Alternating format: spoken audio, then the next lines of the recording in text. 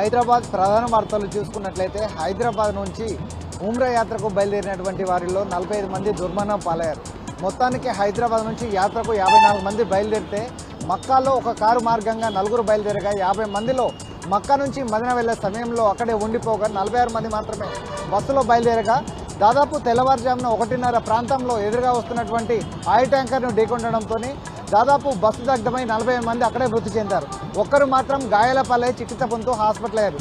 ఇప్పటికీ దానిలో వచ్చేసి ఒకే కుటుంబానికి సంబంధించినటువంటి రామ్నగర్లో నివాసం ఉంటున్న వాళ్ళు 18 మంది చనిపోగా మరో కుటుంబంలో 8 మందిలో షోయబ్ అనే వ్యక్తి చికిత్స పొందుతున్నారు. 7 కూడా అక్కడ చనిపోయారు. దాంతో చూసుకున్నట్లయితే మరో కుటుంబంలో కూడా 7 చనిపోయారు. ఈ విధంగా మొత్తానికి చూసుకున్నట్లయితే 45 మంది చనిపోయారు. దానికి సంబంధించినటువంటి కుటుంబ సభ్యులు కూడా వాళ్ళ యొక్క మృతదేహాలని అక్కడనే అంత్యక్రియలు చేయాలని మక్కాలో కానీ దాంతో మక్కాలో కావచ్చు, దాంతో పాటుగా మదీనాలో ఎక్కడైనా సరే అంత్యక్రియలు చేయాలని కూడా వాళ్ళ కుటుంబ సభ్యులు కోరుతున్నట్లు కూడా సమాచారం.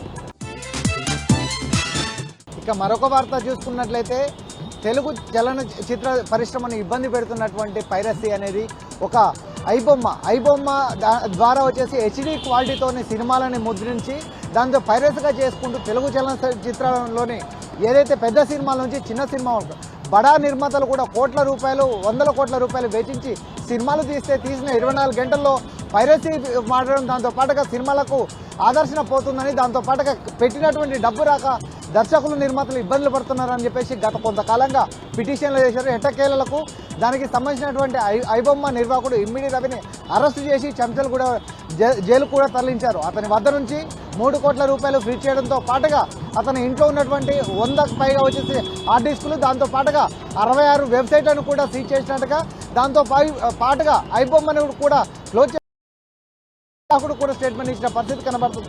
దీనిపైన హైదరాబాద్ సిపి ప్రముఖ సినీ యాక్టర్లతో కావచ్చు, దాంతో పాటుగా ప్రెస్ మీట్ నిర్వహించేసి సజ్జనార్ మాట్లాడుతూ ఎట్టకేలకు పోలీసులకు ఛాలెంజ్ విసిరినటువంటి ఇమ్మిడి రవి అనే వ్యక్తిని అరెస్టు చేశాము.